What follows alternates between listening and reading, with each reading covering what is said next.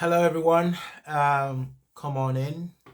Welcome to Greener Pavilion. Um, yeah, come on in. Come on in. Come on in, all of you. Let's talk about this. Let's talk about this. Where's my glasses? Need to get my glasses on. Because I can't really see you guys. Okay. Arsenal have just lost the game. To my adopted city. Yeah, I used to live in Newcastle, studied in Newcastle, lived there for a while. So I used to have a soft spot for them, but every time they beat Arsenal, I start to have a hard spot when it comes to Newcastle. Uh, Let me know what you guys are feeling right now, after the game. Is this the title over? I know it's 10 games, but we're 8 points behind a team that is always relentless. And I know right now, Man City are losing to Bournemouth and Liverpool are losing to Brighton. But I mean, guys, you know that those teams, can turn those things around very quickly. They've got weapons, right? So weapons that Arsenal don't have. Um, it's been unfortunate, I would say. I mean, we can dissect that game. We can talk about all the things that didn't work. We can talk about team selection. We could talk about mistakes. We could talk about lack of intensity. Name your pick, right? This was kind of one of those sort of games.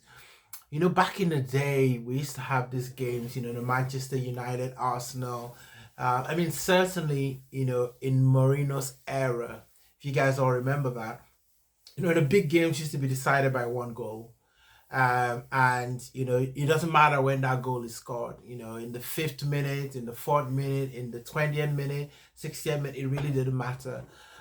Those big games, one goals decided, and this game kind of looked like that. Even though Liverpool, Newcastle were in great form, but as St James Park is not the greatest place for us. We've not really won a lot of games. I think probably in the last maybe 4 or 5 trips there, we probably won once at St James Park. So this was always going to be a difficult game, especially the longer it was 0-0.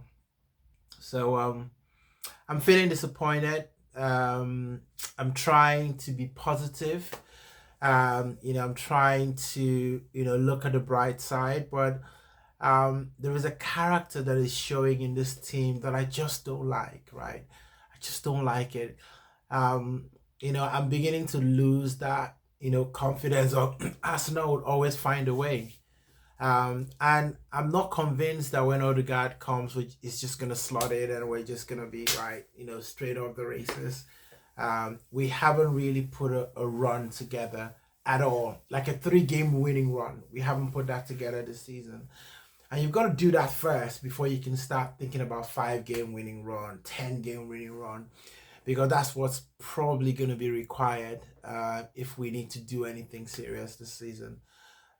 So a lot of disappointment, guys. What do you guys think about the game? What could Arsenal have done differently in this game? What could the coach have done differently? Do we just kind of, hold it off? We've got another difficult game, against Chelsea, next week. So we certainly need to play better. We need to play better. We need to find solutions on the pitch.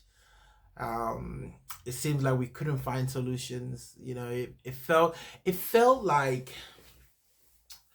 you know I'm trying to think of a good analogy.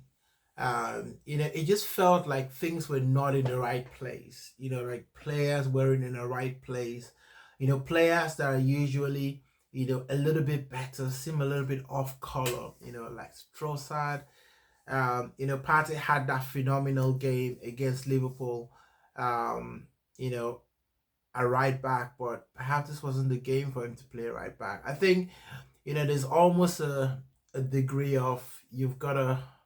I think the team was wrong. I think the team was wrong in my view.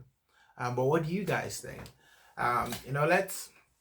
Let's talk about this. How what do we think is the way forward?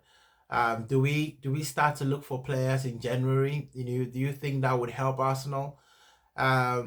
It felt like that international break that Saka got injured was a lot more telling. And I know you kind of look back, and you're trying to find reasons.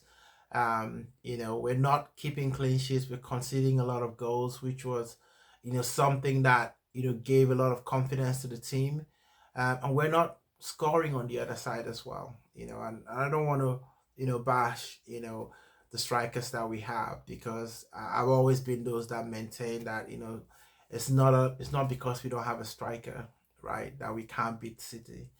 But it does feel like sometimes two things can be correct, right? It could be that you do need that good striker for certain games, but then you could still score lots of goals without a striker. So where do you find the balance? The team should be hurting, on that way back, on the bus. I hope they are. I hope they're feeling a little bit what the fans are feeling, because we are all feeling really down today. After that game, I think we're feeling very down today.